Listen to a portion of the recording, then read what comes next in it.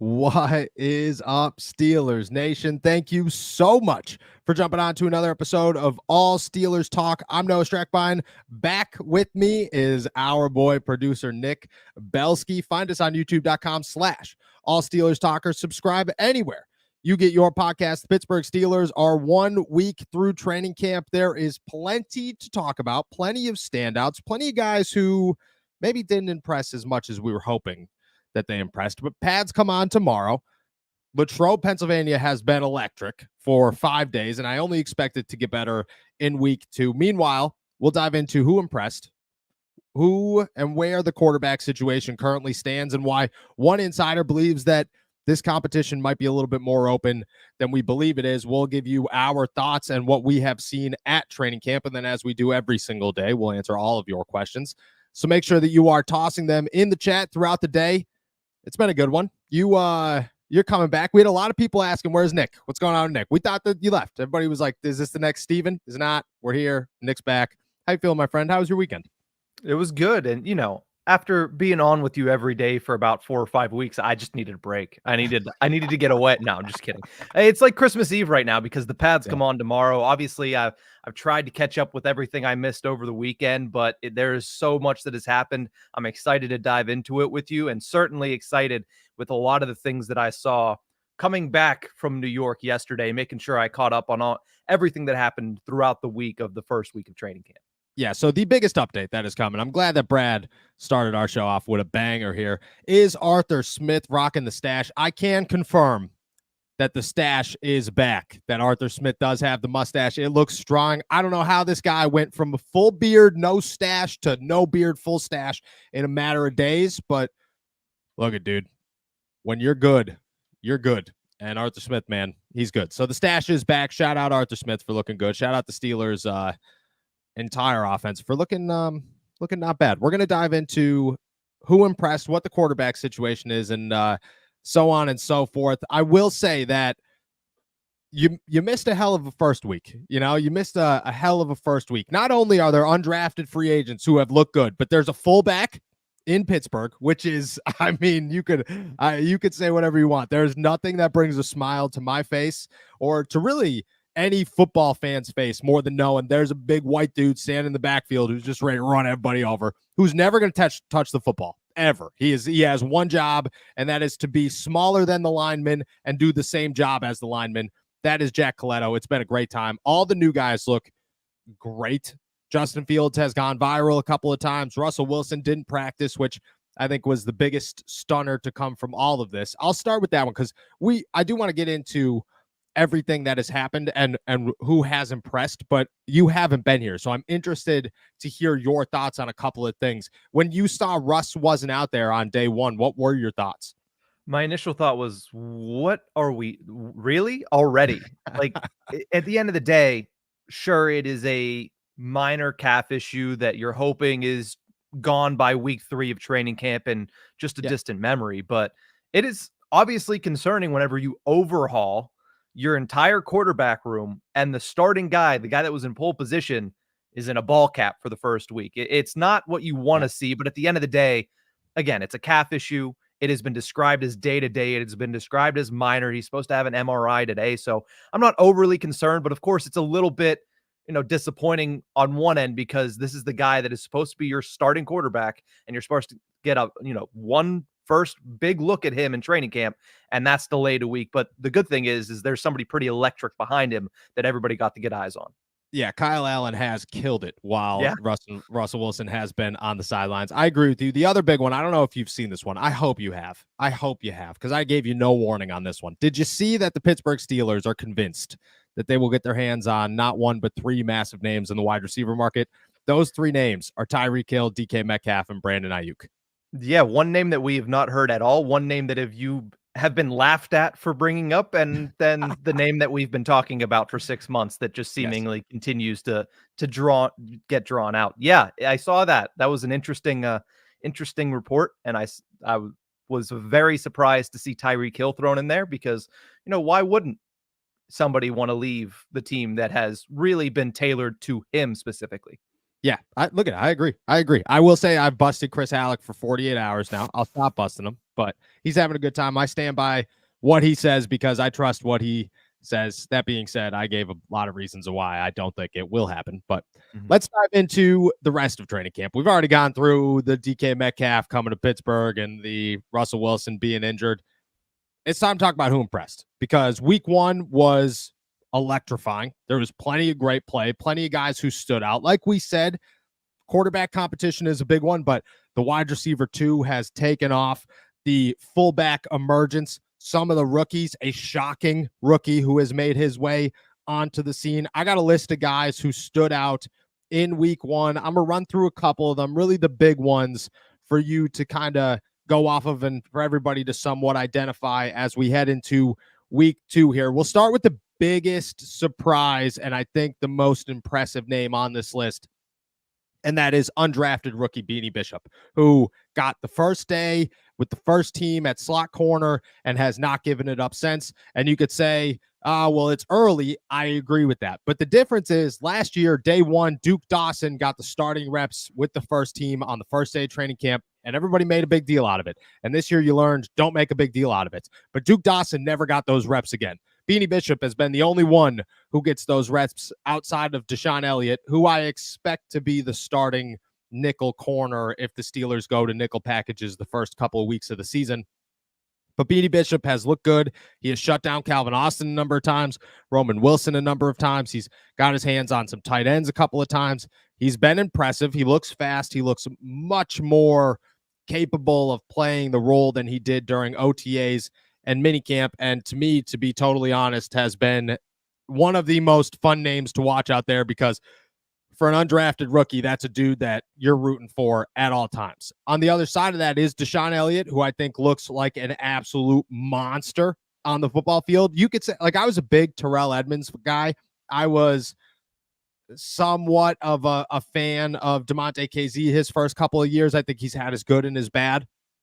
Nobody has looked anywhere close to as good as Deshaun Elliott. That dude is a monster. He seemingly hasn't given up a play during the first week of training camp, no matter who he's defending. And he's played the nickel, which has opened up a role for DeMonte KZ, allowed Minkah Fitzpatrick to continue playing Minkah ball deep. I think it works out really well. He's beyond physical. He looks like a freak out there. He's fast. If he could stay healthy, I mean, there is no reason that Deshaun Elliott can't be the guy for years to come in Pittsburgh next to Minkah, because he's quickly showing this is where he should be. He fits the AFC North and fits that football style, and then is just perfect next to a guy who's ready to do anything. And in a mix with DeMonte KZ, who I quickly have learned, you're not getting rid of DeMonte KZ because you need Deshaun Elliott to be able to be versatile, and that just works out way too well. You saw Beanie Bishop out there. We talked a little bit about Beanie before. We've talked a little bit about Deshaun Elliott. What are your thoughts on both of those guys as impressive names in the first week here before I dive into some more? Yeah, as we were going into training camp, one of the biggest conversations is, well, when are the Steelers going to bring in somebody else to make up for the Cam Sutton suspension? Yep. And we were saying, all right, well, they're going to give the first couple of days of camp to see if anybody steps up and takes charge of this role. And the best case scenario was Beanie Bishop. He has the highest upside, but he is also an undrafted free agent rookie. So the question was, can he quickly ascend the ranks, and can he quickly become the guy over Anthony Averett, over Josiah Scott, guys who have experience in the NFL, but the ceiling isn't quite there. The ceiling's there for Beanie Bishop. And the fact that he's come out and he's looked this good early is best case scenario for the Steelers. And then on the other side of things, whenever you look at a guy, like DeMonte KZ, like, I'm blanking on his name. You just said it. Minkah, and I love Deshaun Elliott. I was thinking another Elliott, but Deshaun Elliott. That is your guy too. That's surprising. It's my guy, so I can't believe I blanked on it. But the biggest thing with Deshaun Elliott is, saying that he needs to be that versatile guy, that takes that off of Minkah's plate. So the fact that Deshaun Elliott can come in and early on be the guy that not only can give Beanie Bishop some rest and some time to kind of build up to what he is an everyday NFL player. Yep. He's also able to take that versatility role away from Minkah, so Minkah can do what he does best, which is be that ball hawking free safety. So hearing that those two guys have stood out early in camp is the best thing for the Pittsburgh Steelers defense, because that was the biggest question going into camp is there going to be a fix at, slot safe or slot corner? And are you going to have to take away from your deep safety, and which you kind of lose everything you tried to build for Minka? So the fact that they're able to do that, I think that really starts to help solidify the Steelers defense. And I think, again, we're going to see tomorrow when the pads come on, can the rubber meet the road? But so far, so good when it comes to the Steelers in slot corner, and Beanie Bishop being that guy is huge for Pittsburgh. Yeah, I agree. Well, let's jump over to the offensive side of the ball before we talk some more additions to the defense. Three names. I'll give you 3 names. I'm going to go into 2 of them, and then I'm going to give you the third because, man, the third is electrifying. You guys could probably already know who it is. I've never been more excited to talk about a guy, and he is my guy. Last year I picked Elijah Riley. That was a dude that I was like, this guy deserves this. If tomorrow goes swimmingly, you will see me. There might be a t-shirt made. I've already been thinking about it. 2 names on offense that I think people got to start paying attention to. If you had to ask me the favorite as the wide receiver 2 in Pittsburgh right now, I'd tell you it's Pat Freiermuth, because that dude looks awesome. He has significantly taken a significant step forward, I should say. He looks slimmer, which I haven't gotten a shot to ask him. We've kind of BS'd like off the field, joking a couple of times, and I just, every time he walks away, I'm like, didn't ask him if he lost weight. Totally forgot to ask him if he lost weight. He looks slimmer. He looks faster. He's utilized all over the field, whether that's in line, out wide, in the slot, doesn't matter. He has been everywhere. He's been catching passes from Justin Fields and Kyle Allen. He's like tipping balls to himself, trying to make athletic plays. Pat looks real good, like real good. Taking a very big step forward, ready to be that guy at tight end. Good. And I think that's awesome because, look, Pat, we've said this so many times. Pat has the potential to be that guy. He has the potential to be a star tight end in the NFL. And people are talking about, no, you can't extend him yet. He isn't worth it, blah, blah. Tight ends mature much later than everybody else. And there are some guys, there's the exception to the rules, the Sam Laportas who come out here and just ball from day one, the Isaiah Likeleys who look good out of the jump. Pat's a dude who's never had a quarterback outside of his first year, but has never had an offensive coordinator that wants to drop a play for him, has worked in offenses that are terrified to use the middle of the field. That seems to be going away with Arthur Smith. Pat looks like a guy who's ready to impress. He is my call for wide receiver 2, second leading receiver in Pittsburgh outside of George Pickens.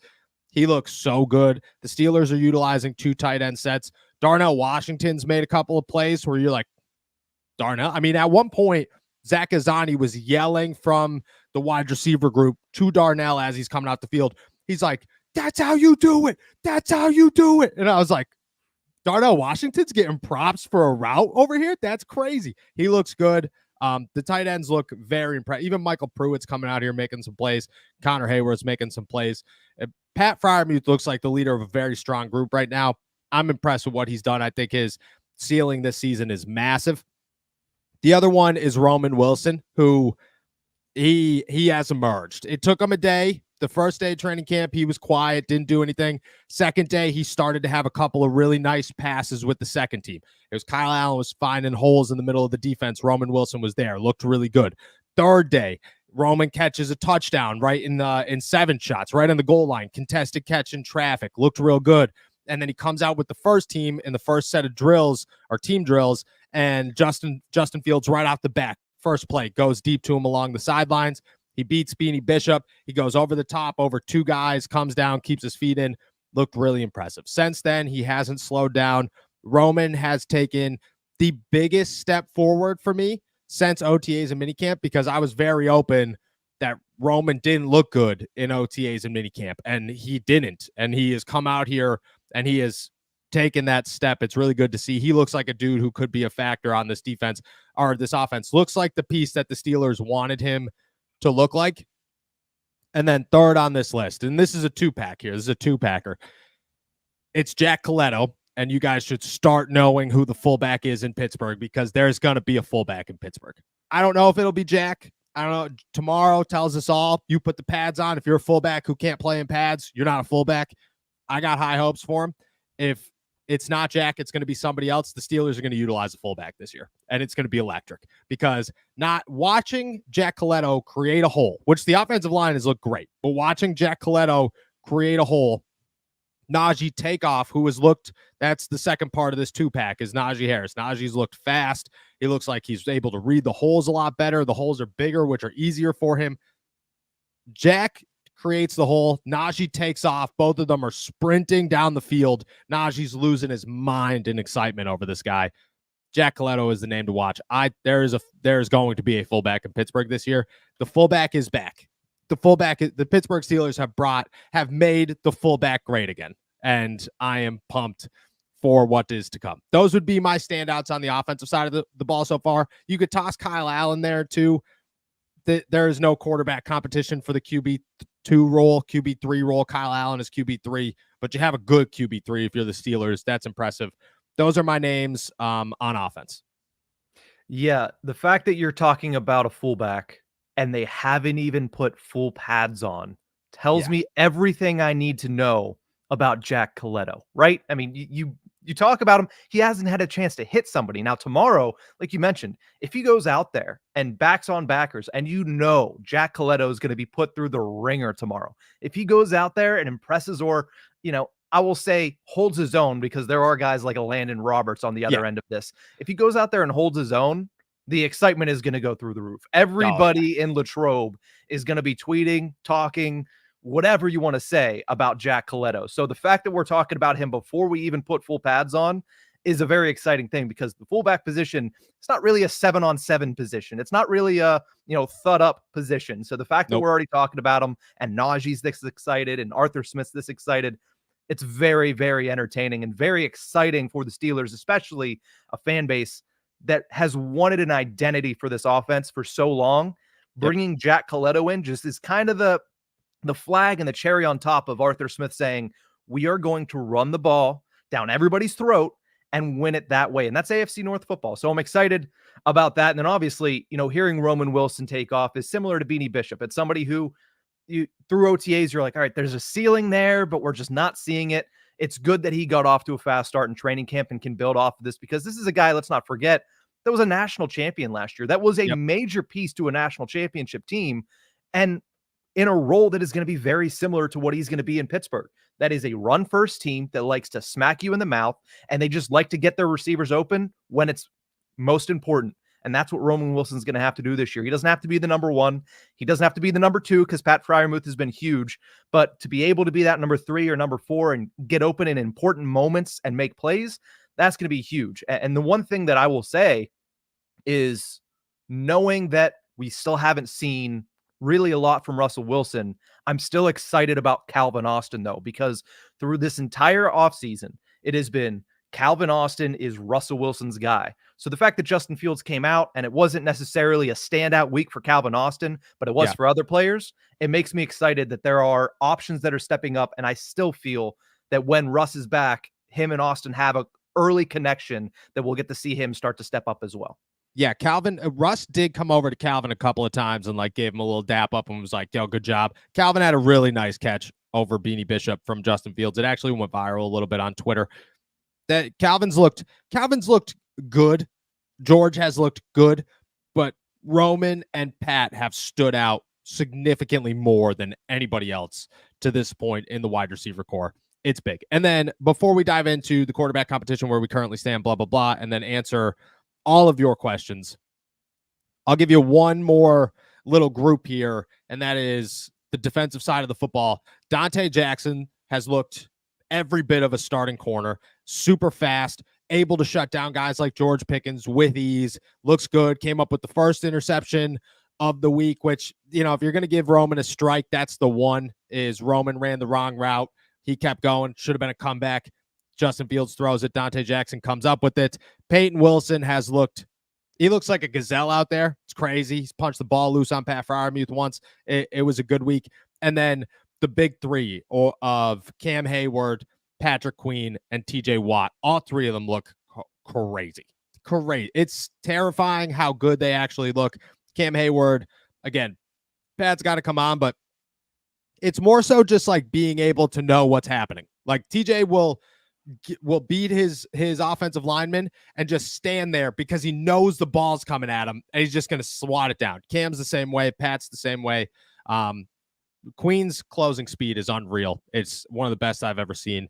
But those guys look electric. The Steelers have a core that is very, very impressive heading into the second week.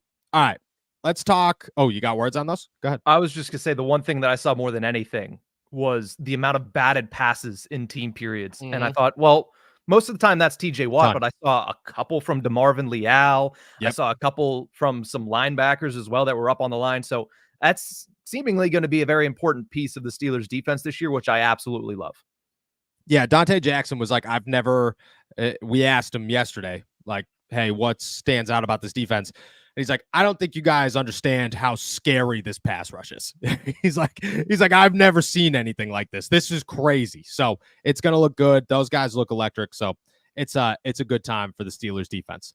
Let's talk some Pittsburgh Steelers quarterback battle update. And then we got a lot of questions here. We'll actually start with Chris's before we talk quarterbacks because we appreciate you as always, Chris. Noah, I saw that Pickens has started a fight with the offensive lineman and argued with the offensive coordinator in the first few days. Is he Antonio Brown part 2? So let me clear up a couple of things. I didn't see an argument with the offensive lineman. Maybe I missed that one.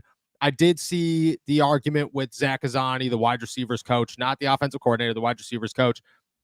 He said a couple of days later, like, yeah, you know, he's good. He's an aggressive guy. Kirby Smart was an aggressive guy. I'm used to this. I've been worried about George Pickens. I've always been worried about George Pickens and what George Pickens is as a person, because George Pickens has had issues every step of the way throughout his football career, and they just never seem to go away. That being said, football is a hostile thing. What bothers me about the thing with Azzanni is that it was a blocking play. George didn't block as well as Azzanni wanted him to, or didn't put the effort out there that Azzanni wanted him to. Azzanni let him know about it. George lost his mind. Now, Azzanni is an aggressive dude. That needs to be made very clear. He's a no BS. He's going to tell it to you straight.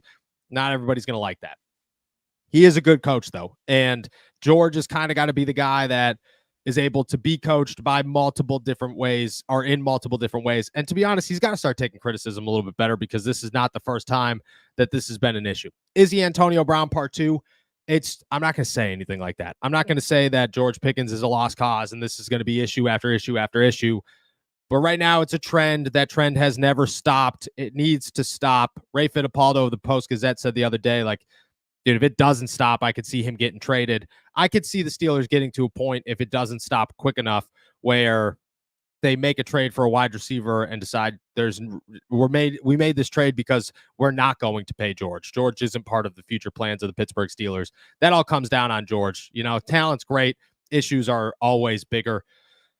So far, there's been issues. Those need to stop. Again, I'm not going to say he's Antonio Brown too, but it is a trend, and a trend in the wrong direction. So we'll dive in. I know there are a lot of wide receiver questions, so we will dive into those in a little bit here. Let's talk some quarterback battle. So we've given updates on Justin Fields and everybody else throughout the week. Russ still hasn't practiced, although he's done a little bit of individual stuff. Mike Garofalo showed up at Steelers training camp yesterday, and he had this to say, quote, "The longer I talk to people about this one, the more I'm thinking that this one is more open than we're giving it credit." Speaking of, that was the entire quote. Speaking of him talking about the quarterbacks competition between Russell Wilson and Justin Fields, I will say this. Maybe he knows stuff I don't. Maybe he has talked to people that I have not talked to. There is always that. And Garoppolo is clearly more, like, if we're going to put levels of who's got the better insight, I am an ant. Garoppolo is my foot. It is a totally different situation. That being said, from what I've seen, from what I have heard, this is not a quarterback competition. This is not even close to quarterback competition. And Justin Fields has not done anything in the past week to show you that it should be a quarterback competition. While he has gotten better with each day, it's pretty clear that Justin is not as capable of processing the game in a fashion that the Steelers need him to at this point in his career compared to Russell Wilson. The Steelers just need somebody to go out there and lead an offense, not screw things up. make nice passes. And when you have a wide receiver core that's maybe a bit suspect, you need those things to be timely and you need to work off of rhythm. Justin hasn't given you any of that. He's looked good a couple of times, but at the same time, it hasn't been overly impressive for Justin Fields. Russell Wilson, maybe he comes out and he's just as bad, but I have a hard time believing that one. The Steelers understand Russell Wilson is the starter right now. In my head, it's not much going on. Not much has changed. But again, maybe Garofalo knows things I do not, which is fair to question. If you're going to sit here and say, Noah's not always as tapped in as those in NFL Network, you are right. But I believe that this is still Russell Wilson's pole position job to lose. And I think pole position is way out, way near the end zone, and Justin Fields is starting from scratch. So it's a different situation. This is still Russell's job to win or to lose. I don't think he's going to lose it. We'll see what happens. All right. There's a lot of questions out there. I'm excited to answer these questions. Let's dive into some questions. Yeah, let's kick things off with a trivia question from Carl Spackler, who says, got a great trivia for you and no cheating. Since the Pro Bowl's inception in 1951, the Steelers have had at least one player make the Pro Bowl every year except one. What is that 1 year since 1951 that they did not have a Pro Bowler? Carl, this is a great question. I'm going to take a shot in the dark here. Okay, 1951. Do you know the answer? I don't know the answer. Could we Google the answer? Could we see if Google has the answer here? I kind of want an over under. If it's in my eyes, it might be the 90s. The 90s might be the one, just because they were good in the 90s. They're also real bad in the 90s. 50s, maybe. Like, I don't know anything that happened before the 70s, but I know that Steelers were not it before the 70s. So maybe it was the 70s. I'm going to go but how good was the NFL? I'm going to go 1960. Yeah, I'm still trying to find it because that is not an easy. We don't have an actual answer. Easy, yeah. Carl, if you're still watching, we need an answer here, pal. You can't just leave us hanging with this trivia question. I'm going to go 1960. Oh, I got the answer here. 99. It is 1999. Yeah, I knew it was close. I knew it had to be close. I knew the 90s. That was my second guess. The 90s were not that great. You had the one run to the AFC Championship game, but that was it. 99 makes sense. 99 makes sense. Great question. Let's go to the next one. Michael wants to know, what's your prediction on the Steelers' record at the end of the season? I see them at 12-5.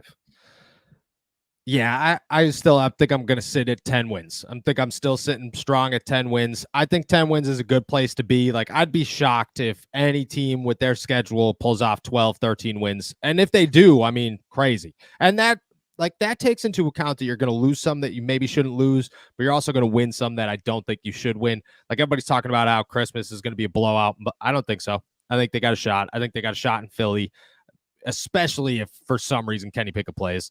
They have opportunities pretty much everywhere. You're giving me that look, but if Kenny Pickett was out, you're telling me that Kenny would want to win that game. He'd be playing the best defense in the NFL and a team that is determined to win this game. They're gonna win.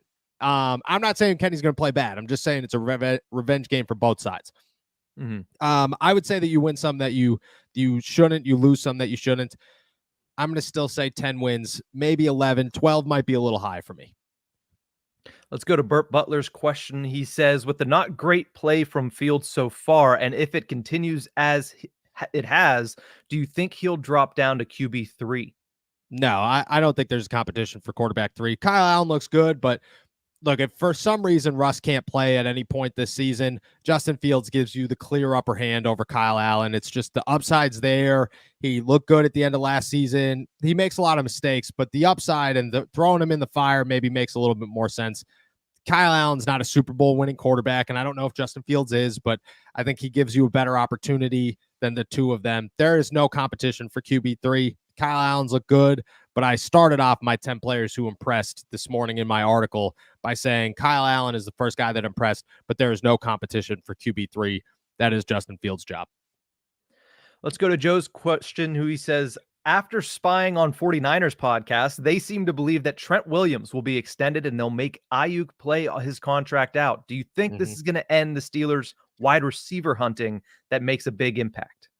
I believe that Trent Williams will get signed. I've actually spoken to, I don't have sources in San Francisco, but I know some beat reporters over there who I've spoken to, and they believe the same thing. Trent Williams will get extended, and Ayuk will have to play out his contract, and they believe that they're going to try to franchise tag him last year or next year. I'll say this. If you're the 49ers, the situation that makes the most sense for San Francisco is to extend Trent Williams, try to make Ayuk play out the last year of his deal, and then tag him. Realistically, that's not going to happen. At some point, he's going to get pissed, and he's going to try to sit out. And maybe that's this year. Maybe it's next year. Who knows? Maybe he pushes through and gets through to this side, but that sucks if he does. I hope to some degree they get rid of him. If that's the case, if they have to sign him to a long-term deal, it makes the most sense for them to trade Deebo Samuel and keep Ayuk and extend him. I could still see the Steelers being in on a Deebo Samuel if that's the case, but that's where I kind of see this sitting. It's a waiting game for the Steelers. I don't think they're out on a wide receiver market, but I do believe that right now it is very dry and they are just simply waiting. Let's jump down to Chris's question that's in kind of conjunction with that. Trade Pickens and a pick for Ayuk. What are your thoughts on that? Yeah, I think it works. I think that the more issues that George Pickens causes, the more that it becomes like, why not? Why wouldn't you trade him for Brandon Ayuk? And then you have, what's the difference? If you're going into the season with just George Pickens and you're going into the season with just Brandon Ayuk, what's the difference? And it's not like you're giving up a first-round pick. If you're trading him for George, maybe a fourth-round pick for Brandon Ayuk, and then you're feeling good. In my head, that makes a lot of sense. Let's round out the Ayuk questions here. Jordan wants to know, has there been any other news on Ayuk? Is he still holding in over in San Francisco? Yeah, he is still holding in. I haven't heard any updates on a contract. Like I said, the last time I've spoken to a Steelers source, they told me that it's just a wait and see situation. That right now they want somebody. That door has not closed, but there is no active calls because there's nobody to call. They're just kind of waiting for it to come to them. Maybe it does, maybe it doesn't. It's kind of a wait and see thing. Let's go to Yes It Me. He says, how much for my signed Chase Claypool jersey? I don't know. Ask when does Buffalo come in August? August 15th. You let me see. Can I try to get it signed? What if we make it happen? Maybe he'll sign it again, this time in red because he plays for Buffalo. There you go. Let's go over to Sean's question, who says, help me understand the love affair with Dan Moore Jr. Why are they hesitant in just outright releasing him? Because he's their best starting tackle outside of Broderick Jones right now. That's the easy answer. First off, you would never just outright release him. Like, he's not a guy that wouldn't be on an NFL team if he wasn't in Pittsburgh. He would be a backup competing for a starting job everywhere on all 32 teams. There isn't a team in the NFL that he wouldn't make the 53-man roster. In Pittsburgh, Troy Fautanu is not ready to start. It's very clear he's not ready to start. And maybe maybe this week when pads come on, that changes. And you look at him and say, wow, that's all you needed were the pads to come on.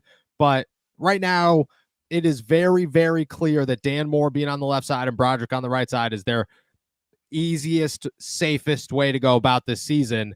And that's what they're going to do. So it's not a love affair. It's more so like, you don't have any other options. And Dan Moore is not the worst option out there. Like, there are much more. You could have Chuks Okorafor. Chuks Okorafor could be your starting left tackle next to Broderick Jones. That would have been way worse than the situation they're in right now. So I don't think Dan Moore is that bad. Do I think he's like here for longer than another year? No, but I could see him starting in week 1, certainly. Let's go to Chris's question, who says, who do you think will have a better year between Patrick Queen and Roquan Smith now that they aren't playing together? That's tough because what do you classify a better year? It's like, if we're going stats, Roquan might have a better year simply because he's going to play more. The Ravens don't have the inside linebackers that the Steelers do. They also don't have the defense that the Steelers do. I would say if we're going stats, Roquan might have a better year. If we're just going like game-changing impact on a team, I believe they're going to be neck and neck. Like, Patrick Queen is going to change the Steelers defense. Roquan already does that in Baltimore. I would say they're neck and neck. I'm not going to downplay Roquan Smith. Like, that's the thing is, I believe that there's a possibility these guys are like Fred Warner is the best inside linebacker in football. There's no question there. But I believe that this could be a 2-3 situation or a 2A, 2B situation between those two. Grant and Parker both have questions about Russell Wilson's injury. Grant wants to know simply, when do you think Russ will be back on the field? I believe it'll be Tuesday. I think Tuesday he'll be back out there. There was no look at he's 35, 36 years old. You don't need another padded practice or unpadded practice. Like you just don't. You've thrown footballs before. You're totally fine. Aaron Rodgers, go watch. I was watching it yesterday. The Part of My Take interview with Aaron Rodgers from a couple of days ago. And that man, the entire interview is like, I just don't need a non-padded practice anymore. I just don't need that. That's where Russ is. There's no reason to rush him back. I think Tuesday he makes his debut just because it'll be electric. First day of pads, the energy will be high. They'll toss him out there for a little bit. Won't be forever. It'll be a limited role, but he'll be back. Yeah, and that goes hand in hand with what Parker asked, which saying, does Russell's injury concern you? Sounds like it doesn't very much because it's a non-padded practice. Yeah, it doesn't concern me at all. Just from what I've heard. Like the first day when he's not out there, I was concerned. Like I've been here. Ben Roethlisberger has never missed the first day of training camp. Then I heard that it happened during the conditioning test. All right, cool. Yeah, he tweaked it, went for a couple MRIs. You would know right off the bat if it was something serious, and trust me, it would get out if it was something serious. It's not. So at this point, it's just some tightness. It's July. There's no reason to rush your 35, 36-year-old quarterback back on the field in July. There's no concern from me. Brad's got a fair question here. He says, Nick, Noah planned his honeymoon around the deadness of the offseason, and you go MIA the first week of the season. LOL, kidding. Glad to hear you had a great time, but were you secretly missing us? I did check in a couple times. I had to, because it was the first week of training camp, so I would have been on my phone constantly if I was getting updates and getting notifications. So I shut all of that off, but I checked in every night. Saw what was the biggest stories of the day. I was missing you guys a little bit as well. So yeah, I made sure to keep plugged in at least a little bit. I will say that I struggled to start these podcasts because in my head I say the same thing every single day. So I'm lucky that I don't like roll out of bed and brush my teeth and look at Jillian and be like, "What is up, Steelers Nation?" You know, like I'm lucky I don't do that. So I struggled to start these podcasts on Thursday and Friday. I will admit that. Yeah, I'm sure you were like, "How are you feeling, my friend?" And you're like, "Yeah, there's nobody here." I asked everybody. I was like, "How you guys feeling? You guys feeling good?" Because I got nobody to ask. So yeah, we did miss you. Let's go over to KDTV, who says, I'm wondering if the Steelers are going to use Justin Fields in the beginning of the season and use Russ to close out, depending on how they play. Do you think that could potentially be in their plans? No. Justin's going to be the backup. Russ is going to be the starter.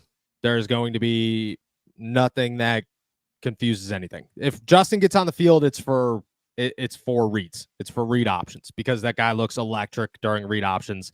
He is so damn good and so fast and so versatile. But besides that, no, it's going to be Russ's team. He will run the show. There will be no Justin Fields. Let's go to Grant's question, who says, when can we expect another NCAA 25 video from you on here? Yes, I appreciate that. I'm glad that you enjoyed it. If you did enjoy it, I know I'm getting there. We're very close to the end of this move. We're very close to the end of the move.